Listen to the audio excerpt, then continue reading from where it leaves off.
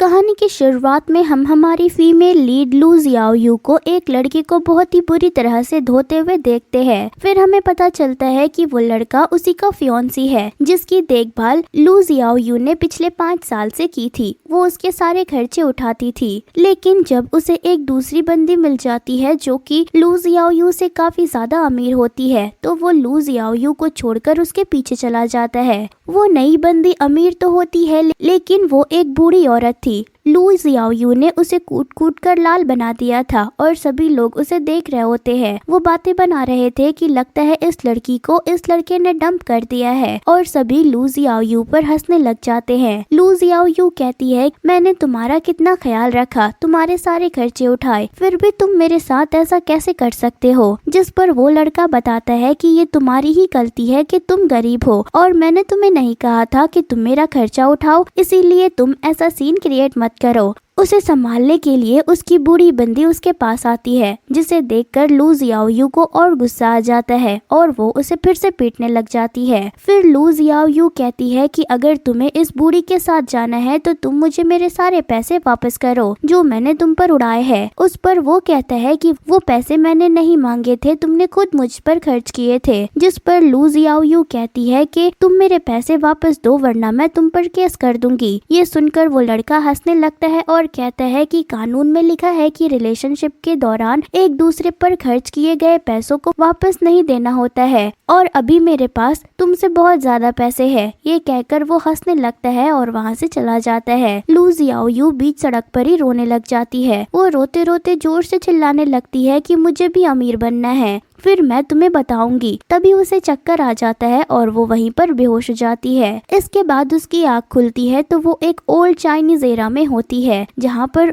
उसे किसी बात की सजा दी जा रही होती है। वो पहले तो कंफ्यूज हो जाती है और इधर उधर देखने लगती है। तभी उसे वापस वही उसका पुराना फियोंसी दिखता है। उसे देखकर वो फिर से गुस्से में आ जाती है और उसे कहती है कि ये तुमने क्या घटिया कपड़े पहन रखे हैं, सच में पूरा मूड खराब हो गया, एकदम गंदे लग रहे हो। तभी वहाँ पर मैजिस्ट्रेट कहता है कि मिस लू जियाओयू, आप पर इल्जाम लगाया गया है कि आपने बिना इजाजत के रॉयल ड्रम को बजाया है, जो कि इमरजेंसी में लोगों को वार्निंग देने के लिए यूज किया जाता है, लेकिन उसका इस्तेमाल आपने अपने पर्सनल बेनिफिट के लिए किया है। असल में फ्यूचर की लू जियाओयू ओल्ड एरा की एक लड़की के बॉडी में आ गई होती है, जो कि सेम उसी की तरह दिखती है, और उसे ओल्ड एरा और फ्यूचर की सारी यादें याद थी। इसीलिए वो उससे कहती है कि मैं माफी मांगती हूँ कि मैंने अटेंशन गेन करने के लिए ड्रम का इस्तेमाल किया, लेकिन मैं कर ही क्या सकती थी। इस बुरे लड़के ने पहले तो मुझसे एंगेजमेंट की और अब जब हमारा रिलेशन अच्छा हुआ तो उसने मुझसे पैसे उधार मांगे और मैंने वो उसे दे दिए, लेकिन जब इसे दूसरी लड़की मिल गई है तो अब वो मुझे छोड़कर चला गया, और साथ ही जब मैंने उससे उधारी वापस मांगी तो उसने देने से इनकार कर दिया। ये तो गलत है ना, इसने मेरे साथ चीट किया है। जिस पर मजिस्ट्रेट वू यान कहता है कि देखिए, पहली बात तो मैरिज से रिलेटेड मामलों में मैं जजमेंट नहीं देता हूँ, और जहाँ तक बात रही पैसों की और झगड़े की, तो क्या आपके पास प्रूफ है या कोई गवाह है जिससे ये साबित हो कि इसने आपसे पैसे लिए हैं। लेकिन लू जियाओयू ने करीबी समझकर उसके साथ बिना किसी कॉन्ट्रैक्ट के ऐसे ही उसे पैसे दे दिए थे, और इसीलिए अब उसके पास कोई प्रूफ नहीं था। इसीलिए वू यान लू जियाओ को बिना इजाजत के शाही ड्रम यूज करने का और झूठा इल्जाम लगाने के लिए उस पर 100 टाइल्स का जुर्माना भरने को कह देता है, जो कि करीब करीब एक पर्सन के 1 साल की इनकम होती है। ये सुनकर लू जियाओयू शॉक्ड हो जाती है और वो लड़का उस पर हंसने लग जाता है। इस पर लू जियाओयू कहती है कि ये तो अन्याय है, आपने बिना तहकीकात किए मुझे दोषी करार दिया है। लेकिन वू यान उसकी एक बात नहीं सुनता और वहाँ से चला जाता है। फिर वू यान वहाँ से घर जा रहा होता है। तभी लू जियाओयू वहाँ गुस्से से आती है और आकर उसे बुरा भला सुनाने लगती है। वू यान उसकी बातों पर ध्यान नहीं देता और चुपचाप अपने रास्ते से जाने लगता है। ये देखकर लू जियाओ को और ज्यादा गुस्सा आ जाता है। वो कहती है कि एक बार मेरे पास प्रूफ आ जाने दो तो फिर मैं तुम पर भी केस कर दूंगी, लेकिन वू यान उसे भाव नहीं देता और वहाँ से चुपचाप चला जाता है। ये देखकर लू जियाओ को और गुस्सा आ जाता है और वो उसके कपड़े पकड़कर उसे पीछे खींचती है, लेकिन वो पीछे नहीं आता पर उसकी शर्ट नीचे आ जाती है, जिससे उसकी बॉडी दिखने लगती है। तो लू जियाओ भी शर्मा जाती है। वू यान जल्दी से खुद को संभालता है, तभी वहाँ पर उसके गार्ड्स और दोस्त चेन आ जाते हैं, पर वो भी गिर जाता है। वो यान उसे ऑर्डर देता है कि वो लू जियाओ को वहाँ से लेकर जाए, क्योंकि उसकी बातें सुन सुनकर वो पक चुका था। जिसके बाद वो यान अपने गुरु वांग लैंग से मिलने जाता है। वांग लैंग पूरे जिन एम्पायर का चीफ जस्टिस और एक्सटर्नल अफेयर संभालने वाला मंत्री था और वो यान उसका स्टूडेंट था। वांग लैंग उसे मजिस्ट्रेट बनने पर बधाई देता है। वो यान बहुत ही टैलेंटेड और हार्ड वर्किंग था, जिसकी वजह से इतना यंग होने के बावजूद वो एक मजिस्ट्रेट बन गया था। दोनों गुरु चेला एक दूसरे से मिलते हैं और खुशी से बातें करने लगते हैं। तभी बातों ही बातों में वांग लैंग कहता है, तुम मेरे बेस्ट स्टूडेंट हो और अभी तुम्हारी शादी की उम्र भी हो गई है और तुम तो जानते ही होगे कि मेरी लैन लैन तुमसे कितना प्यार करती है, इसीलिए अब तुम दोनों को शादी कर लेना चाहिए। जिस पर वो यान कहता है कि मुझे इतना काबिल समझने के लिए आपका बहुत शुक्रिया, पर इस एम्पायर में प्रिंसेस के बाद लैन लैन ही आती है, इसीलिए मैं आपकी बेटी के काबिल नहीं हूँ। फिर दोनों शराब पीते हैं और वो यान वहाँ से घर जाने लगता है। तभी वहाँ लू जियाओयू आ जाती है और उसका रास्ता रोक लेती है। वो यान उससे कहता है कि ये तुम क्या कर रही हो, मुझे जाने दो। जिस पर लू जियाओयू कहती है कि तुम्हारी वजह से मुझे 100 टाइल्स का नुकसान हुआ है, इसीलिए फिर से केस ओपन करो और अच्छे से तहकीकात करो, वरना मैं तुम्हारा जिंदगी भर पीछा नहीं छोड़ूंगी। जिस पर वो यान कहता है कि तुम ये तो जानती ही होगी ना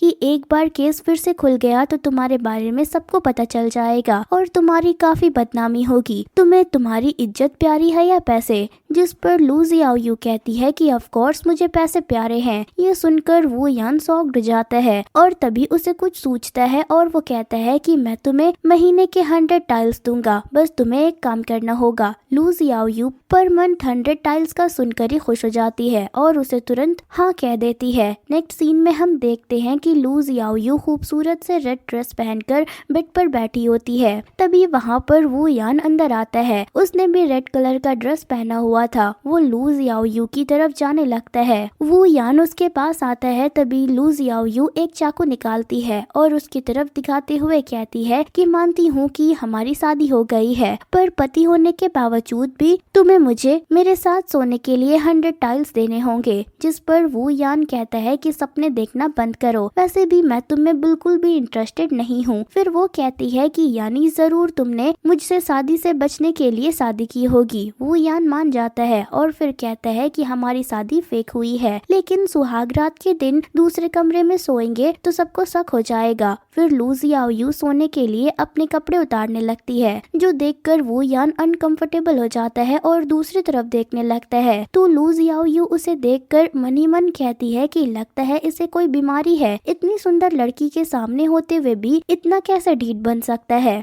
पर वो ये नहीं जानती थी कि वो असल में शर्मा रहा है, इसीलिए दूसरी तरफ देख रहा है। फिर वो यान ऐसे ही बैठे बैठे सो जाता है। तो फिर लू जियाओयू को उसे देखकर कुछ कुछ होने लगता है, लेकिन फिर वो खुद को संभालती है और वो भी सो जाती है। नेक्स्ट मॉर्निंग लू जियाओयू सो रही होती है। तभी उसे किसी के रोने की आवाज सुनाई देती है। तो वो कहती है कि कौन कुत्ता सुबह सुबह रो रहा है। जिस पर वो लड़की बेड पर तलवार फेंकती हुए कहती है कि तुम कुतिया हो, मैं नहीं। ये सुनकर लू जियाओयू सरप्राइज हो जाती है और उठ जाती है। वो उससे पूछती है कि इतनी सुबह सुबह तुम यहाँ क्या कर रही हो? तो वो कहती है कि ये मेरा सवाल है कि तुम यहाँ पर वो यान के बेड पर क्या कर रही हो? असल में वो लैन लैन होती है। ये कहकर वो उसका चेन खींचने लगती है। लू जियाओयू भी अपना चेन खींचती है। फिर वो अचानक से छोड़ देती है, जिस वजह से लैन लैन नीचे गिर जाती है और फिर से रोने लग जाती है। कहने लगती है कि पहले तो तुमने वो यान के साथ रात बिताई और अब मुझे भी धक्का दे दिया। ये कहकर वो लू जियाओयू की तरफ झपटती है और दोनों बिल्लियों की तरह लड़ने लग जाती है।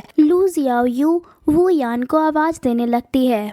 वो यान वहाँ पर जल्दी से आता है। वो यान को देखकर लैन लैन उसकी तरफ जाती है और छोटे बच्चों की तरह कहने लगती है कि वो यान इसने मुझे मारा और उससे चिपक जाती है। तो वो उसे अपने से छुड़ाता है और लू जियाओयू की तरफ जाता है। उससे पूछता है कि क्या तुम ठीक हो, इसने तुम्हें कुछ किया तो नहीं? जिस पर लू जियाओयू कहती है कि शादी से पहले तुमने सब कुछ सॉर्ट क्यों नहीं किया? ये सुनकर लैन लैन और जोर से रोने लगती है और तलवार उठाती है और लू जियाओयू की तरफ जाने लगती है, कहने लगती है कि वो मेरी जगह है, तुम मेरी जगह नहीं ले सकती। तभी वू यान उसके सामने आ जाता है और कहता है कि ऐसे छोटे बच्चों की तरह बिहेव करना बंद करो। पास्ट में भले ही तुम अपनी मर्जी चलाती होगी, लेकिन अब ये मेरी बीवी है, इसीलिए तुम मेरे साथ ऐसे चिपक नहीं सकती। तुम मेरी बस एक अच्छी दोस्त हो। असल में वू यान लैन लैन को अपनी अच्छी एक दोस्त मानता था, इसीलिए वो उससे शादी नहीं करना चाहता था, लेकिन लैन लैन तो ये मानने को तैयार ही नहीं थी। और जब लैन लैन के पापा वांग लैंग ने शादी का प्रस्ताव रखा तो वू यान को मजबूरन लू जियाओयू के साथ शादी करनी पड़ी। नेक्स्ट सीन में हम देखते हैं कि लैन लैन अपनी दासी के साथ वू यान के घर के सामने खुद को दुपट्टे से लटका रही होती है और उसकी दासी उसे ऐसा करने से रोक रही होती है। तभी वू जियाओयू वहाँ पर आती है और उसका ये ड्रामा देखने लगती है। वो कहती है कि अगर मरना है तो अपने घर पर जाकर मरो, और ये दुपट्टा तो काफी कमजोर लगता है, बाजार से जाकर कोई अच्छी सी रस्सी ले लेना। ये सुनकर लैन लैन फिर से रोने लगती है और तभी उसका बैलेंस बिगड़ जाता है और दासी भी गिर जाती है।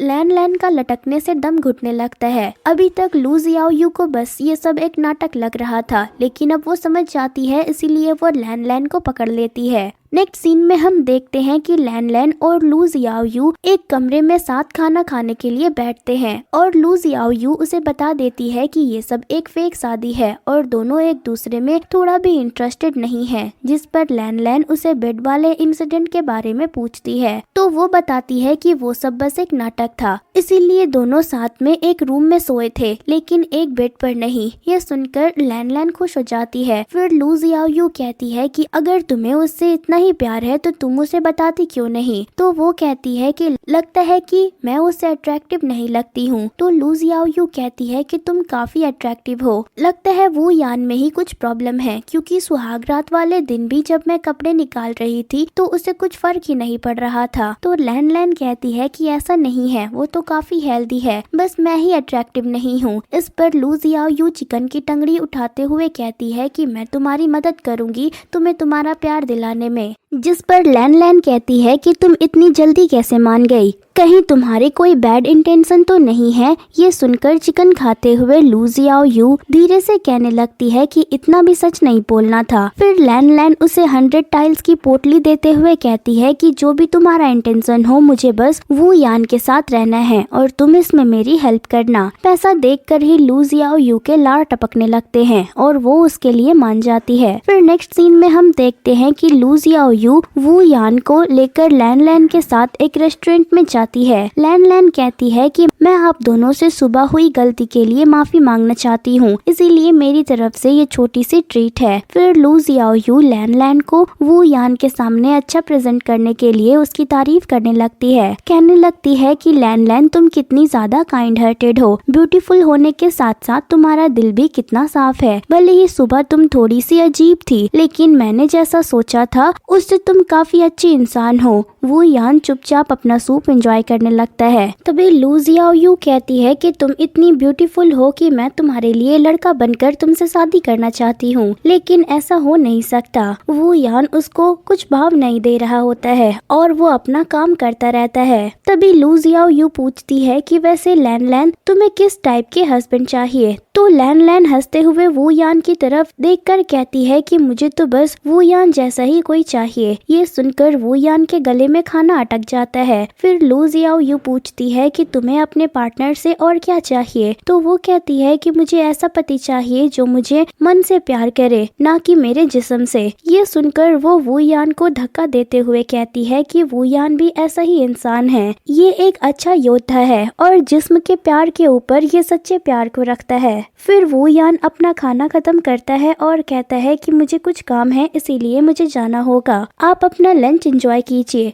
तो लू जियाओयू लैन लैन को इशारा करती है कि उसके पीछे चले जाओ। लैन लैन उसके पीछे चली जाती है और पकड़कर कहती है कि वू यान, मैं जानती हूँ कि तुम मुझसे तुम्हारी बीमारी की वजह से शादी नहीं करना चाहते थे और इसे छुपाना चाहते थे, लेकिन चिंता मत करो, मैं सिर्फ स्पिरिचुअल लव पर विश्वास करती हूँ। ये सुनकर वू यान सरप्राइज हो जाता है और लू जियाओयू को देखने लगता है, तो वो अपना चेहरा छुपाने लगती है। फिर वू यान बिना एक्सप्लेनेशन दिए वहाँ से चला जाता है और उसके पीछे लैन लैन भी चली जाती है और ये सब देखकर लू जियाओयू मुंह पर हाथ रखकर हंसने लग जाती है। फिर रात को वू यान लू जियाओयू के यहाँ आता है और उसके करीब जाता है। कहता है कि तुम्हें किसने कहा कि मुझे कोई बीमारी है, और फिर दोनों एक दूसरे के करीब आने लगते हैं और फिर इंटीमेट हो जाते हैं। नेक्स्ट सुबह लैन लैन गुस्से में जा रही होती है और लू जियाओयू उसका पीछा कर रही होती है। लैन लैन कहती है कि तुम्हारा कल का प्लान तो फेल हो गया और वू यान को तो बीमारी भी है, इसीलिए मैं उसे अपने खूबसूरती से अट्रैक्ट भी नहीं कर सकती। तभी लू जियाओयू कहती है कि कौन कहता है कि तुम उसे अट्रैक्ट नहीं कर सकती हो। फिर वो धीरे से कहती है कि उसके साथ कोई बीमारी नहीं है, मेरा कल पहली बार था लेकिन काफी स्ट्रॉन्ग और अच्छा था। ये सुनकर लैन लैन तलवार निकालती है और कहती है कि ये तुम क्या बकवास कर रही हो, क्या तुमने उसके साथ नाइट स्पेंड कर लिया? तो वो उसकी तलवार नीचे करते हुए कहती है कि मैं बस ये कहना चाहती हूँ कि तुम ही तो बता रही थी कि वो काफी स्ट्रॉन्ग है और ये बात मैं भी मानती हूँ, इसीलिए मेरे पास एक मस्त प्लान है। वैसे भी हम दोनों अच्छे दोस्त के साथ एक ही मिशन में पार्टनर है, इसीलिए मुझ पर भरोसा रखो। फिर वो उसे एक प्लान बताती है। नेक्स्ट सीन में हम देखते हैं कि वू यान लू जियाओयू के रूम में जाता है और कहता है कि इतनी भी क्या इम्पोर्टेंट बात थी जो तुमने मुझे यहाँ बुलाया है। ये कहकर वो चाय पीने लग जाता है और इधर उधर देखने लगता है। उसके बाद हम देखते हैं कि लू जियाओयू के बेड पर उसकी जगह पर लैन लैन बनी गर्ल बनकर सोई हुई थी और वो यान को बुलाने लगती है।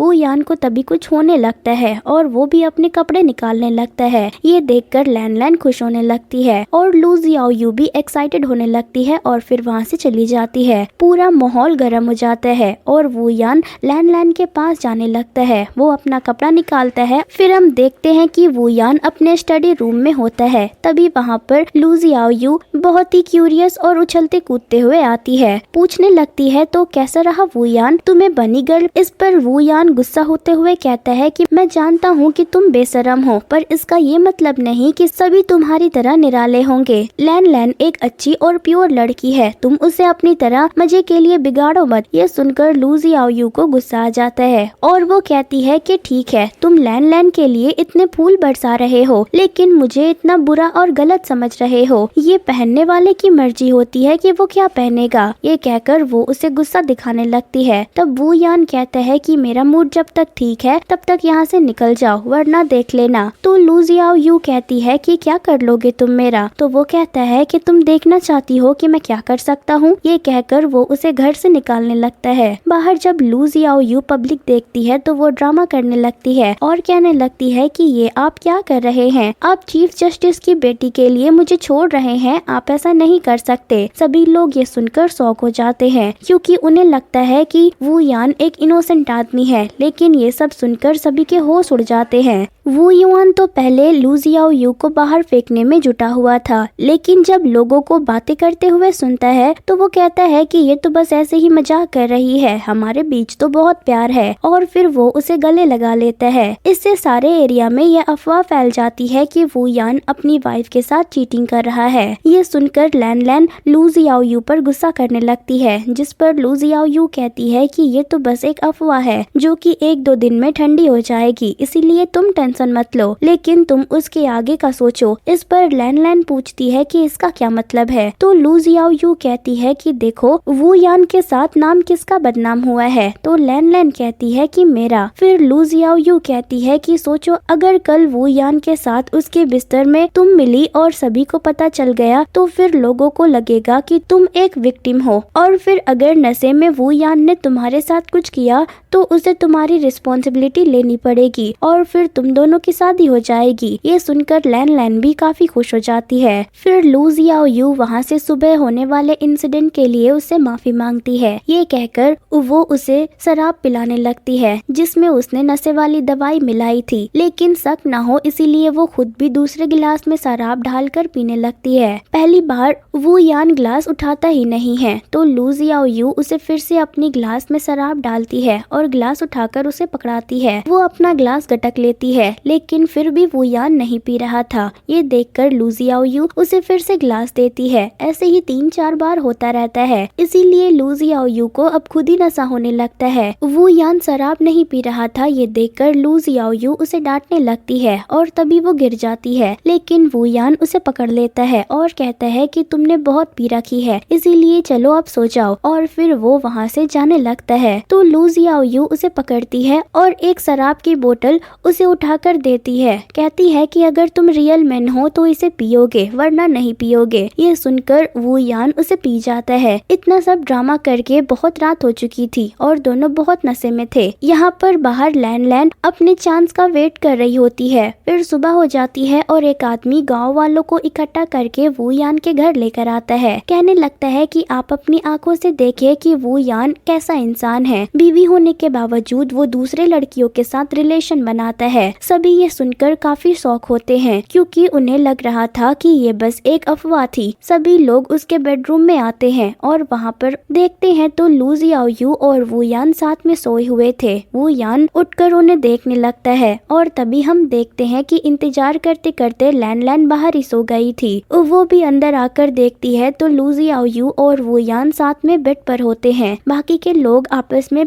बोलने लगते हैं कि मतलब ये एक अफवाह ही थी कि वू यान का किसी से चक्कर है। असल में तो दोनों काफी क्लोज लगते हैं और इन दोनों को सेपरेट करना तो पॉसिबल नहीं लगता। और शर्माते हुए वो हंसने लगते हैं। लैन को ये देखकर गुस्सा आ रहा था। वो कहती है कि लू जियाओयू तुम बेड पर क्या कर रही हो। लैन को देखकर लू जियाओयू डरकर वहाँ से भाग जाती है और वो उसके पीछे तलवार लेकर भागती है। तभी वू यान आता है और लैन को रोकते हुए कहता है कि पहले तो हमने नकली शादी की थी, लेकिन इन सारे इंसिडेंट के बाद अब मैं लू जियाओयू की रिस्पॉन्सिबिलिटी लूंगा, इसीलिए तुम इसे परेशान करना बंद करो। ये सुनकर लैन नाराज हो जाती है और वहाँ से चली जाती है। फिर अंदर आकर लू जियाओयू वू यान से पूछती है कि उस दिन की तरह रात भी हमारे बीच कुछ हुआ था। तो वो कहता है कि क्या तुम्हें सच में नहीं याद। फिर हमें पास्ट का सीन दिखाया जाता है कि लू जियाओयू बाथटब में नहा रही होती है। तभी वू यान उसे वहाँ से निकालने के लिए आता है, लेकिन तभी लू जियाओयू उसे रोक लेती है और फिर दोनों साथ में टाइम स्पेंड करते हैं। इसके बाद लू जियाओयू लैन को मनाने के लिए जाती है, पर वो उसकी सुनने के लिए तैयार ही नहीं थी। फिर थक हार कर वो फेस मास्क बनाकर अपने फेस पर लगा लेती है। तभी वहाँ पर दासी चाय लेकर आ रही थी और वो उसके चेहरे पर फेस मास्क देखकर डर जाती है, जिससे उसके हाथ से चाय भी गिर जाती है। तभी लू जियाओयू को याद आता है कि ये तो ओल्ड एरा है और पुराने लोगों को फेस मास्क के बारे में कुछ भी पता नहीं है, और अगर उसने यहाँ फेस मास्क का बिजनेस किया तो उसे काफी प्रॉफिट होगा। फिर वो अपना एक दुकान खोलती है और उसमें 10 टाइल्स के लिए एक फेस मास्क का सॉल्यूशन बेचने लगती है। लेकिन इतना महंगा देखकर सभी उसे खरीदने से हिचकिचाने लगते हैं। लेकिन ये असल में लू जियाओयू की एक मार्केटिंग स्ट्रेटेजी थी, जिसमें वो पहले तो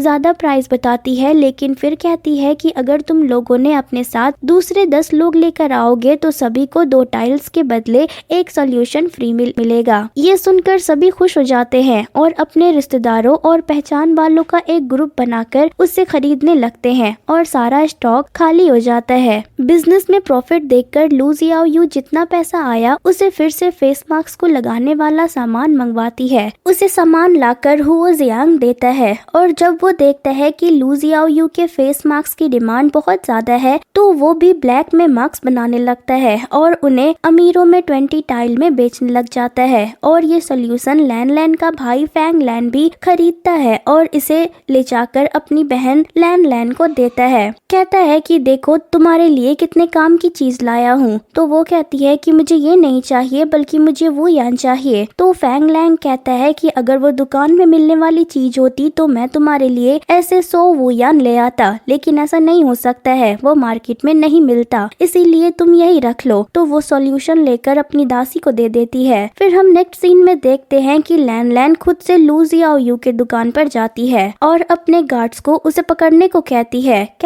लोगों के हेल्थ के साथ खेलने के लिए और बिना परमिशन के दुकान खोलने के लिए हम तुम्हें गिरफ्तार कर रहे हैं। ये सुनकर लू जियाओयू शॉक्ड हो जाती है। वो उसे लेकर मजिस्ट्रेट वू यांग के पास लेकर आती है। वू यांग सब सुनता है और इन्वेस्टिगेशन करने को कहता है। इन्वेस्टिगेट करने से पता चलता है कि रियल गुनाहगार तो हुओ जियांग होता है, इसीलिए वो हुओ जियांग को 1 महीने की जेल कर देता है। ये देखकर लैन को काफी गुस्सा आ जाता है, क्योंकि उसे लगता है कि इससे लैन अपने हाथ गंदे ना करके लू जियाओयू से बदला ले पाएगी, लेकिन ऐसा नहीं होता है। तभी वू यांग कहता है कि मैं मानता हूँ कि इन्होंने लोगों की हेल्थ के साथ साथ नहीं खेला है, लेकिन बिना परमिशन के दुकान खोलने के लिए इन्हें 500 टाइल्स का जुर्माना भरना पड़ेगा। ये सुनकर लू जियाओयू फिर से शॉक हो जाती है और लैन लैन हंसने लग जाती है। फिर वू यान घर जा रहा होता है, तभी लू जियाओयू उसके पास आती है और कहती है कि मुझे लगता है कि तुम मुझसे बदला ले रहे हो। एक मैजिस्ट्रेट होने के नाते तुम पर यह शोभा नहीं देता। मैं मानती हूँ कि मैंने बिना परमिशन के दुकान खोली थी, पर उन्होंने भी तो मेरे सामान की कॉपी बनाई और मुझसे बिना परमिशन के बेचा और मुझ पर झूठा इल्जाम लगाकर मेरी बदनामी कर दी। इससे मुझे कितना नुकसान हुआ है, इसीलिए मुझे कंपनसेशन चाहिए। तो वू यान कहता है कि ये तुम सच कह रही हो, लेकिन ये तभी पॉसिबल था जब तुम्हारे पास दुकान खोलने का लाइसेंस होता और परमिशन होता, जो कि दोनों तुम्हारे पास नहीं है, इसीलिए तुम्हें कंपनसेशन नहीं मिल सकता। ये सुनकर लू जियाओयू दुखी हो जाती है और तभी लैन लैन लू जियाओयू का उजड़ा हुआ चेहरा देखने के लिए वहाँ पर आ जाती है। तभी वू यान कहता है कि मैं मानता हूँ कि तुम्हारी कंपनी के पास 500 टाइल्स नहीं है, लेकिन मैं तुम्हारी एक हस्बैंड की तरह हेल्प कर सकता हूँ और तुम्हें 500 टाइल्स दे सकता हूँ। ये सुनकर लैन लैन जेलस फील करने लगती है। तो लू जियाओयू कहती है कि हम मैरिड है, तो हम ऐसे ही एक दूसरे की मदद कर देते हैं। ये कहकर लू जियाओयू लैन लैन को और जेलस फील कराती है, लेकिन तभी वू यान कहता है कि ये पैसे मैं तुम्हें फ्री में नहीं दे रहा, कॉन्ट्रैक्ट के हिसाब से तुम्हें मुझे इन्हें इंटरेस्ट के साथ वापस करना होगा। यह सुनकर लैन लैन फिर हंसने लग जाती है और वू यान से चिपकते हुए कहती है कि क्या तुम दोनों के बीच मेरी वजह से झगड़ा हुआ है। तो लैन लैन की जगह लू जियाओयू जेलस होने लगती है। तो अब लैन लैन की जगह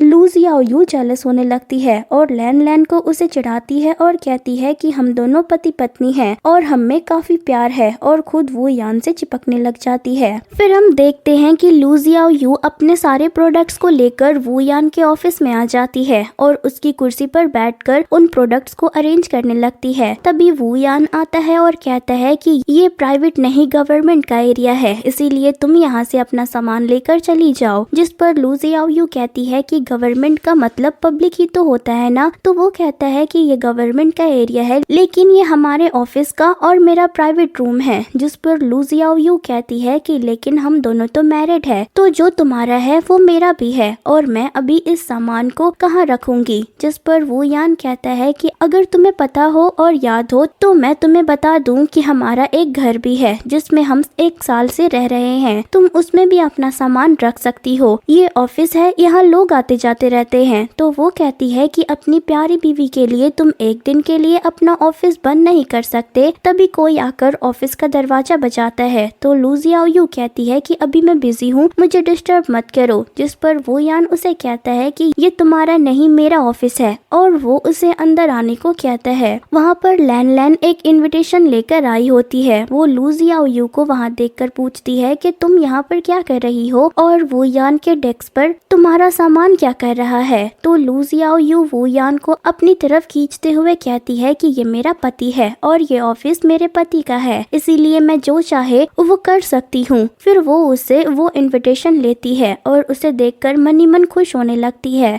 और अनइंटरेस्टेड होकर कहती है कि क्या तुम शादी कर रही हो, इसके लिए तुम्हें बहुत मुबारक हो। और तभी जब वो इनविटेशन ओपन करती है और उसे पढ़ती है तो उसके खुशी के आंसू गम में बदल जाते हैं, क्योंकि वो लैन लैन के मैरिज का नहीं बल्कि उसके पापा का बर्थडे इनविटेशन कार्ड था। लू जियाओयू को इस बात की खुशी हो रही थी कि आखिरकार लैन लैन से उसको छुटकारा मिल जाएगा, लेकिन ऐसा नहीं होता है। रियल में लू जियाओयू अब धीरे धीरे वू यान की तरफ अट्रैक्ट होने लगी थी और अब उसे लैन लैन का वू यान के ऊपर मंडराना पसंद नहीं आ रहा था। लैन लैन कहती है कि असल में मेरे पापा का अगले साल बर्थडे है, इसीलिए तुम जरूर आना। ये सुनकर लू जियाओयू कंफ्यूज हो जाती है और कहती है कि अगले साल बर्थडे है तो अभी क्यों बुला रही है, अगले साल ही आ जाती। तो लैन लैन वू यान को अपनी तरफ खींचते हुए कहती है कि वो क्या है ना कि पिछली बार वू यान ने ही मेरे पापा का बर्थडे सेलिब्रेट किया था, तो मुझे लगता है कि उन्हें इसके बारे में ज्यादा पता होगा, इसीलिए पार्टी अरेंज करने के लिए मुझे उसकी जरूरत है। और क्या है ना कि मैं थोड़ी सी स्लो लर्नर हूँ, इसीलिए मुझे सीखने में 1-2 साल तो लग ही जाएंगे।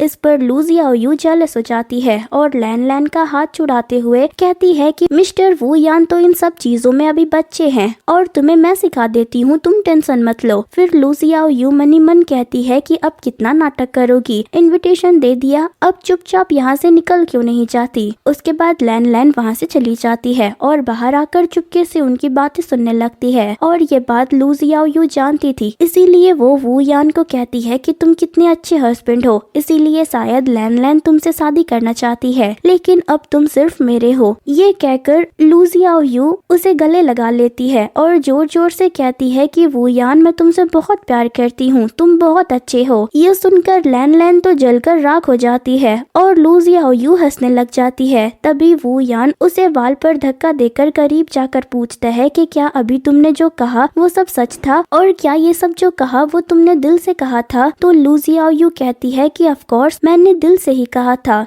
तो वू यान कहता है कि मुझे भी तुम पसंद हो, बस मुझे तुम्हारी ये लोमड़ी जैसी तरकीबें पसंद नहीं हैं। ये सुनकर लू जियाओयू सरप्राइज हो जाती है, क्योंकि ये पहली बार होता है जब वू यान ने उसकी तारीफ की थी। उसे अपने आंखों पर यकीन ही नहीं हो रहा था। नेक्स्ट सीन में हम देखते हैं कि जिया एम्पायर में फ्लड आने की वजह से चीफ जस्टिस वांग लैंग को जिया एम्पायर में सब ठीक करने के लिए बुलाया जाता है और वू यान को भी कुछ काम की वजह से गाँव छोड़कर कहीं जाना पड़ता है। फिर लू जियाओयू लैन लैन के पापा और वू यान के गुरु को प्रेजेंट देने के लिए पैसे जुटाने लगती है, इसीलिए वो पास के ही एक रेस्टोरेंट में काम करने लग जाती है। तभी वहाँ पर देखती है कि फैंग लैंग एक बाबा के साथ रेस्टोरेंट में खाना खाने आया था। वो बाबा और कोई नहीं बल्कि हुओ जियांग होता है, जो कि एक बाबा बनकर लोगों को फिर से लूट रहा होता है। लू जियाओयू उसे पहचान लेती है, लेकिन दूसरों के मामले में टांग नहीं अड़ाती और चुपचाप वो अपना काम करती रहती है। लेकिन तभी फैंग लैंग उससे पूछता है कि मैं हर बार बहुत मेहनत करता हूँ, लेकिन मुझे कुछ नहीं मिलता, इसीलिए आप मुझे ऐसा मंत्र दे जिससे आधी मेहनत से ही मेरा काम दुगना हो जाए। इस पर वो पेपर पर कुछ लिख कर देता है और कहता है कि इस मंत्र में मैंने अपनी लाइफ की पूरी साधना लगा दी है, इससे तुम्हें आधे काम करके ही 4 गुना रिजल्ट मिलेगा। ये सुनकर फैंग लैंग खुश हो जाता है और उसे उसकी प्राइस पूछता है। तो हुओ जियांग उसे 500 टाइल्स बताता है, जो सुनकर लू जियाओयू के होश उड़ जाते हैं और उसे उस पर बहुत गुस्सा आ जाता है। वो फैंग लैंग के सामने जाकर उसकी सारी पोल खोल देती है और उसके सारे पैसे फैंग लैंग को दे देती है और यहाँ से दोनों की अच्छी फ्रेंडशिप हो जाती है। इसी बीच फैंग लैंग उसे अपनी सिस्टर के लव अफेयर के बारे में भी बताता है और ये भी बताता है कि उसकी सिस्टर के लव लाइफ के बीच में एक दूसरी औरत आ गई है। ये सुनकर लू जियाओयू उसे एक तरकीब बताती है जो कि फैंग लैंग को भी बहुत अच्छी लगती है, लेकिन दोनों को ये नहीं पता था कि दोनों ही लू जियाओयू की ही बात कर रहे हैं और फैंग लैंग लैन लैन का भाई है। फैंग लैंग ये प्लान जाकर लैन लैन को बताता है, उसे भी ये प्लान पसंद आता है। फिर नेक्स्ट सीन में हम देखते हैं कि वू यान अपने काम पर वापस आ जाता है और फिर लू जियाओयू को गले लगा लेता है, कहने लगता है कि मुझे माफ कर देना, मैंने आने में देर कर दी और तुम्हें टाइम नहीं दे सका। तो लू जियाओयू कहती है कि कोई बात नहीं, सब ठीक है। फिर वो दोनों लैन लैन के पापा की बर्थडे पार्टी में जाने लगते हैं। असल में लू जियाओयू ने फैंग लैंग को ये बताया होता है कि अगर उसकी बहन और वो लड़का किसी अनकंफर्टेबल सिचुएशन में फंस जाए और उसका पता सबको चल जाए तो उस लड़के को उसके सिस्टर से शादी करनी ही पड़ेगी। और लू जियाओयू उसे बताती है कि जब तक तुम लोगों को उस चुड़ैल को इन सब से दूर रखना होगा। फिर वू यान और लू जियाओयू दोनों वांग लैंग से जाकर मिलते हैं और उसे विश करते हैं और गिफ्ट भी देते हैं। फिर लैन लैन की दासी आकर जियाओयू से कहती है आपको वू यान ने बाहर टहलने के लिए बुलाया है, जो कि सब फेक होता है। वो बाहर घूमने जा रही होती है। तभी फैंग लैंग वहाँ पर उसे किडनैप करने आता है, लेकिन वो खुद लू जियाओयू के सामने गिर जाता है। लू जियाओयू डर जाती है और कहती है कि ये कौन सा गधा बीच में गिरा पड़ा है। लू जियाओयू की आवाज सुनकर फैंग लैंग उसे पहचान जाता है और वो उसे वहाँ आने का रीजन बताती है। तो वो बताती है कि उसके पति वू यांग के गुरु का बर्थडे है, इसीलिए वो यहाँ पर आई है। तभी उसे कुछ डाउट होता है और वो फैंग लैंग से पूछती है कि क्या तुम्हारी बहन का नाम लैन लैन है, तो वो हाँ कहता है, जिससे लू जियाओ यू को सब माजरा समझ आ जाता है और वो जल्दी से वहाँ से दौड़कर घर के अंदर जाने लगती है। तभी वही दासी आकर वू यान से कहता है कि मास्टर वू यान, आपकी वाइफ कीचड़ में गिर गई है और अभी नहा रही है, क्या आप उन्हें कपड़े ले जाकर दे सकते हैं? वू यान हाँ कह देता है और कपड़े लेकर बाथरूम की तरफ जाने लगता है और बाथरूम के बाहर से आवाज देने लगता है। असल में अंदर लैन लैन नहा रही थी और उसका यही प्लान होता है कि जब लैन लैन नहा रही होगी तब वू यान अंदर जाएगा और लैन लैन अचानक से चिल्लाने लगेगी और सभी इकट्ठा हो जाएंगे और इससे मिसअंडरस्टैंडिंग क्रिएट हो जाएगी कि वू यान ने लैन लैन के साथ बदतमीजी की है और उसकी इज्जत लूटने की कोशिश की है, जिसकी वजह से वू यान को झक मारकर भी लैन लैन से शादी करनी ही पड़ेगी। लैन लैन वू यान की आवाज सुनकर खुश हो जाती है और खुद से कहती है कि डायरेक्ट अंदर आ जाओ, इतना पूछने की क्या जरूरत है। फिर वो चिल्लाने लगती है कि कोई लड़का अंदर आ गया है। वो दासी अंदर जाकर वैंग लैंग से कहती है कि वू यान लैन लैन के नहाते समय बाथरूम में चला गया और तभी लैन लैन के चिल्लाने की आवाज आती है। ये सुनकर वैंग लैंग गुस्सा हो जाता है और सभी इकट्ठा होकर बाथरूम की तरफ जाने लगते हैं। तभी हम देखते हैं कि लू जियाओ यू वहाँ आ जाती है और वू यान को वहाँ से जाने को कहती है और उसकी जगह खुद रहती है। वू यान को कुछ भी समझ नहीं आता, लेकिन तभी सभी वहाँ पर जमा हो जाते हैं और वैंग लैंग कहता है कि अगर तुम्हें ऐसा ही करना था तो तुमने पहले ही उससे शादी क्यों नहीं की, और फिर सभी वू यान को बुरा भला कहने लगते हैं। तभी लू जियाओ यू बाथरूम के अंदर से कहती है कि असल में वो मैं थी, मैं तो कीचड़ में गिरने की वजह से नहाने आई थी, लेकिन लगता है कि दासी को कोई गलत फहमी हो गई। फिर दासी वू यान से और वैंग लैंग से माफी मांगती है कि मुझे ही कोई गलत फहमी हो गई थी और वैंग लैंग भी वू यान से माफी मांगता है क्योंकि गुस्से में उसने उसे बहुत कुछ बुरा भला बोल दिया था। फिर वू यान लू जियाओ यू को बाथरूम से बाहर निकालता है और उसे वहाँ से खींचते हुए अपने घर लेकर जाता है। वहाँ पर घर पहुँचकर लू जियाओ यू अपना हाथ छुड़ाती है और कहती है कि इतना टाइट क्यों पकड़ा हुआ है, मुझे दर्द हो रहा है। तो फिर वू यान पूछता है कि ये सब क्या चल रहा है, क्या तुम भी उन दोनों भाई बहनों के साथ मिले हुए थे? तो लू जियाओ यू कहती है कि हाँ, ये मेरा ही प्लान था। पर तभी वू यान उसे रोकता है और कहता है कि मुझे लगा नहीं था कि तुम मुझे नीचे गिराने के लिए इतनी नीच और गंदी हरकत भी कर सकती हो। तो लू जियाओ यू उसे एक्सप्लेन करने की कोशिश करती है कि मुझे पता नहीं था कि वो लोग हमारी बात कर रहे हैं, इसीलिए जब मुझे पता चला तो मैं तुम्हें बचाने आ गई। तो वू यान कहता है कि अब नाटक करना बंद करो, ये तो हम दोनों पहले से ही जानते हैं कि तुम मेरे पास सिर्फ पैसों की वजह से हो। इस पर लू जियाओ यू कहती है कि ऐसा नहीं है कि मैं तुम्हारे साथ सिर्फ पैसों के लिए हूँ, शुरुआत में तो पैसों के लिए थी, लेकिन तभी वू यान उसे रोकता है और एक कॉन्ट्रैक्ट देता है। कहता है कि तुम्हें पैसे ही चाहिए थे ना, ये लो और डिवोर्स पेपर पर साइन कर दो, जिससे हम 1 साल बाद साइन करेंगे, और चिंता मत करो, मैं तुम्हें इसके लिए 100 टाइल्स भी दे दूंगा। कॉन्ट्रैक्ट देखकर लू जियाओ यू रोने लग जाती है और कहती है कि ठीक है, तुमने तो सारी प्रिपरेशन कर रखी है, अब मैं कह भी क्या सकती हूँ। ये कहकर वो वहाँ से रोते हुए चली जाती है। फिर ऐसे ही बहुत दिन बीत जाते हैं और एक दिन चेन वू यान को आकर बताता है कि मजिस्ट्रेट वू यान, मुझे पता चला है कि जिया एम्पायर में अभी भी सिचुएशन आउट ऑफ कंट्रोल है और बहुत से लोगों ने तो डकैती और लोगों की किडनैपिंग का काम भी शुरू कर दिया है और कुछ लोग तो हमारे जिया एम्पायर में आ गए हैं और लड़कियों की इज्जत भी लूटी है। ये सुनकर वू यान को लू जियाओ यू की चिंता होने लगती है, इसीलिए वो उसका घर से बाहर जाना बंद कर देता है और उसके प्रोटेक्शन के लिए चेन को घर में रखता है। लेकिन लू जियाओ यू कुछ समझ नहीं पाती है और उसे लगता है कि वू यान उस इंसिडेंट का गुस्सा उस पर निकाल रहा है और उसे घर में बंदी बनाकर रखना चाहता है, जिससे उसे बहुत गुस्सा आता है, लेकिन वो कुछ नहीं कर पाती है। वो चेन पर बहुत सी ट्रिक्स यूज करती है, लेकिन वो उसमें नहीं फंसता और फिर वो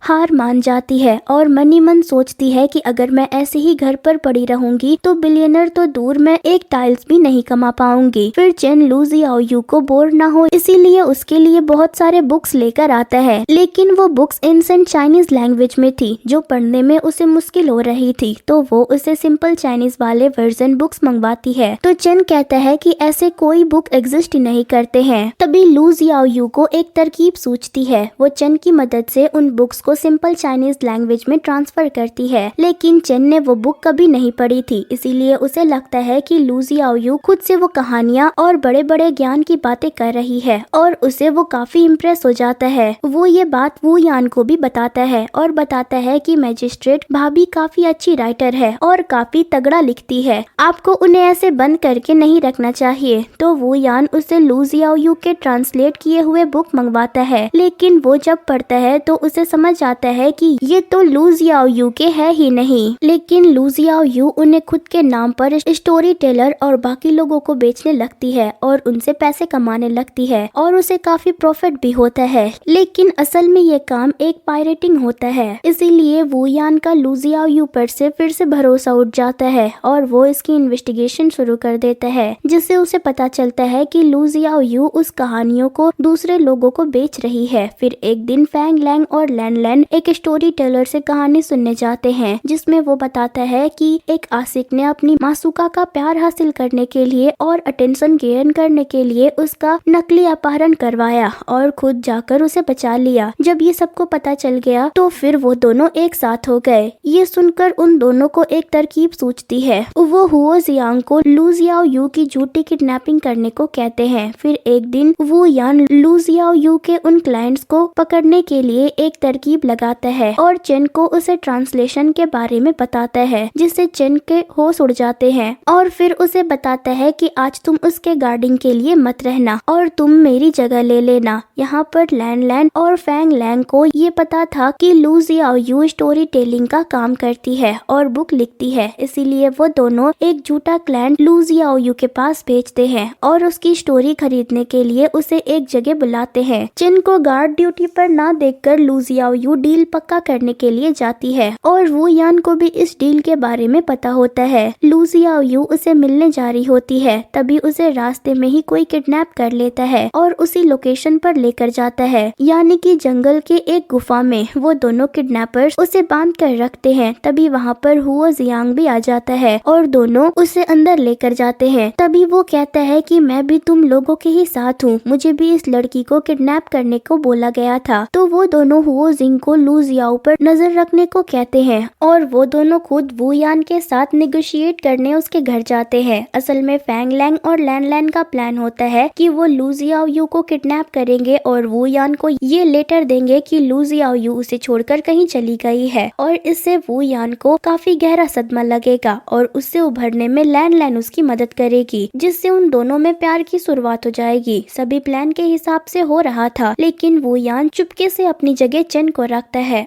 और खुद उस गुफा के पास जाता है। पहले तो उसे लग रहा था कि ये सब लू जियाओयू की कोई नई चाल है और उसने ही खुद का अपहरण कराया है, क्योंकि वू यान ने हुओ जियांग से ये सुना था कि ये तो बस एक नकली किडनैपिंग है। तो वो अंदर चला जाता है और मजिस्ट्रेट को देखकर हुओ जियांग की फट जाती है। वो नीचे झुक जाता है। वू यान लू जियाओयू से कहता है कि अब तुम खुद की ही किडनैपिंग करवाकर मुझसे पैसे निकलवाना चाहती हो। लू जियाओयू के मुंह में कपड़ा होता है, इसीलिए वो कुछ नहीं कह पाती है। तभी वहाँ पर वो दोनों किडनैपर पत्र डिलीवर करके आ जाते हैं। वू यान अंदर छुप जाता है। वो दोनों लू जियाओयू के मुंह से कपड़ा निकालते हैं। तो लू जियाओयू कहती है कि तुम लोगों को क्या चाहिए, तुमने मुझे क्यों किडनैप किया है। तो वो कहता है कि इतना बोलो मत वरना गला काट देंगे। तो लू जियाओयू चिल्लाकर वू यान से कहती है कि अब क्या मेरे टुकड़े होंगे, तब मानोगे तुम कि ये नकली नहीं बल्कि असली किडनैपिंग है। ये सुनकर एक किडनैपर को गुस्सा आ जाता है और वो लू जियाओयू को मारने के लिए उस पर तलवार से वार करता है। तभी वू यान बाहर आता है और वो वार खुद पर ले लेता है और उससे फाइट करने लगता है। लू जियाओयू को वहाँ से बाहर लेकर जाता है। तलवार की वार की वजह से उसे काफी गहरा जख्म हो जाता है और धीरे धीरे उसकी सांसें कमजोर पड़ने लगती है, जिसे देखकर लू जियाओयू रोने लग जाती है। तो वो कहता है कि क्या तुम सच में लू जियाओयू हो, क्योंकि तुम बाकियों से काफी अलग हो। तो वो रोते रोते कहती है कि मैं जानती हूँ कि अब जो मैं बोलूंगी वो तुम्हें झूठ लगेगा, लेकिन मैं फ्यूचर से हूँ। तो वो धीमी आवाज में कहता है कि झूठ बोलो तो सफेद झूठ बोला करो जिस पर इंसान भरोसा करे। तो वो कहती है कि ये सच है कि मैं फ्यूचर से हूँ, इसीलिए मेरा बर्ताव थोड़ा अलग रहता है और मैं बाकी चीजों के बारे में भी जानती हूँ और मैं तुम्हारे साथ पैसों के लिए नहीं रह रही थी। पहले तो पैसों के लिए थी, लेकिन अब मैं बदल गई हूँ। अब मैं तुमसे सच में बहुत प्यार करती हूँ। और फिर वो रोने लग जाती है। तभी वू यान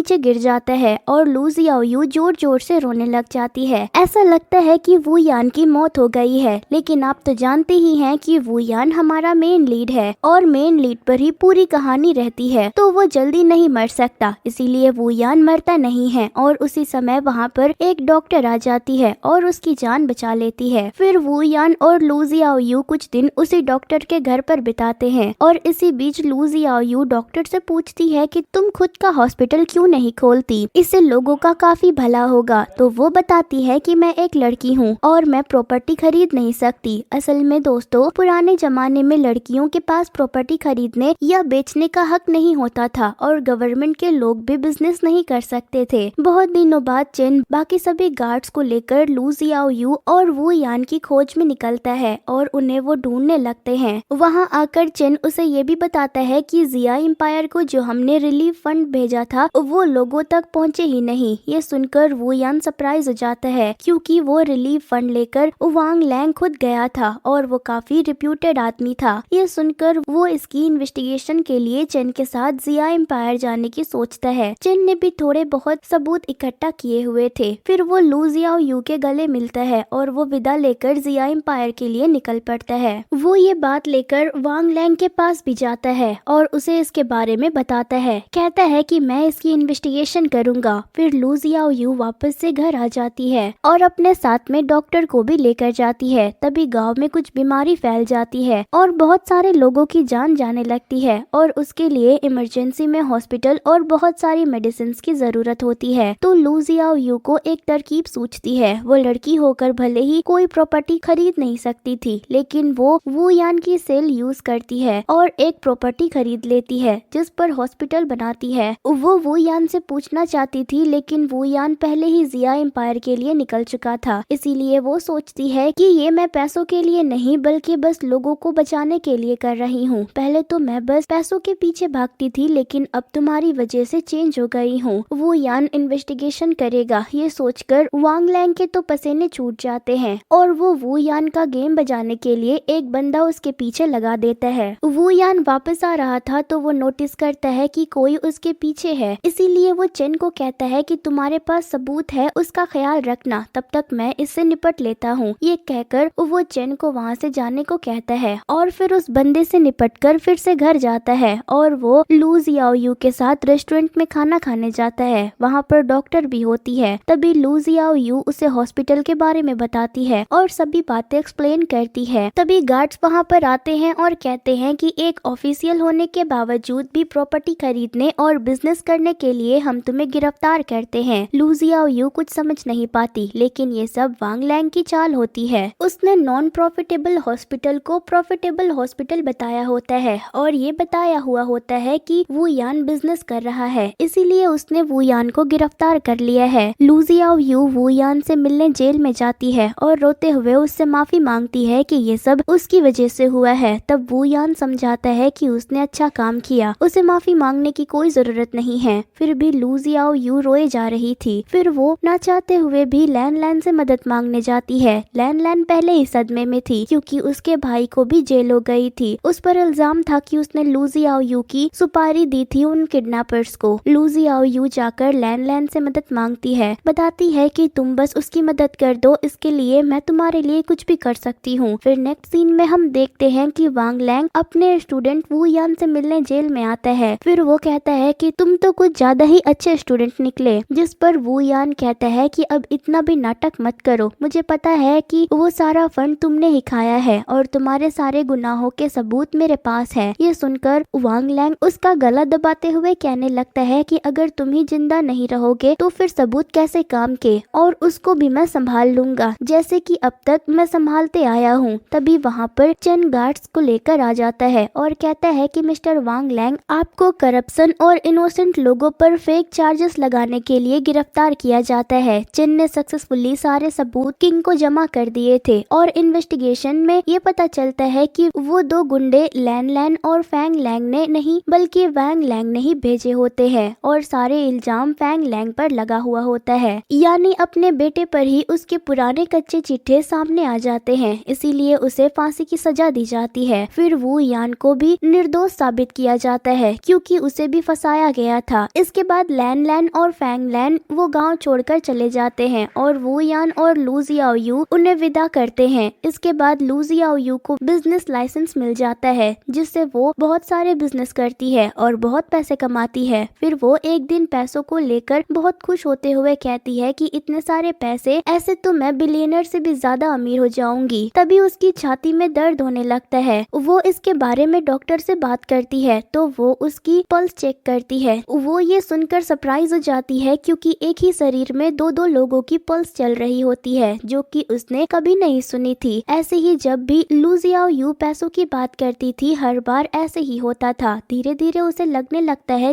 है अब उसके जाने का टाइम हो गया है। इसीलिए वो बची हुए समय वू यान के साथ गुजारना चाहती थी क्योंकि अब दोनों एक दूसरे से सच में बहुत प्यार करने लगे थे। वो दोनों मैरिड कपल की तरह हर बार साथ रहने लगते हैं और उनकी जिंदगी अच्छी जा रही थी। लू जियाओयू ने उसे सब बताया हुआ होता है कि वो फ्यूचर से आई है और वो भी बताती है कि मुझे फ्यूचर का और अभी का सब कुछ याद है। फिर दोनों साथ में टाइम स्पेंड करते हैं। फिर दोनों सो जाते हैं। अगली सुबह जब वो आँख खोलती है तो वो देखती है कि वो फिर से फ्यूचर में आ चुकी है और वो अपने बेड पर होती है और उसे बेहोश हुए एक दिन भी नहीं हुआ था। जब वो बेहोश हो गई थी तब उसकी एक दोस्त उसे घर लेकर आई थी। उसे वो सपना ही लग रहा था। तभी वो एक एंशिएंट स्ट्रक्चर देखती है और हमें उसकी यादें दिखती है जिसमें उसने उस स्ट्रक्चर में सारे सोने के पैसे रखे हुए थे। वो वहाँ जाकर चेक करती है तो सच में वो पैसे होते हैं जिससे उसे यकीन नहीं होता कि वो सपना नहीं बल्कि हकीकत था। इससे वो बहुत उदास हो जाती है। वो अब अमीर तो हो गई थी इसीलिए वो उदासी को मिटाने के लिए बहुत सारी शॉपिंग करती है और जो चाहे वो करने लगती है। लेकिन वू यान से दूर होकर उसे अच्छा नहीं लग रहा था और वापस से पास्ट में जाने के लिए वैसे ही कपड़े पहनकर वापस से रोड पर आकर खड़ी हो जाती है और गिर जाती है। बहुत बार ऐसा करने के बावजूद भी वो पास्ट में नहीं जा पाती लेकिन वो हार नहीं मानती और ऐसे ही एक बार नीचे गिरती है तो देखती है कि उसे उठाने अब प्रेजेंट टाइम में ही वू यान आता है और दोनों फिर से मिल जाते हैं और इसी के साथ ये कहानी यहीं पर एंड हो जाती है। तो दोस्तों कैसी लगी आपको आज की ये कहानी हमें कमेंट करके जरूर बताना। फिर मिलती हूँ किसी और इंटरेस्टिंग सी कहानी के साथ। तब तक के लिए thank you and bye bye.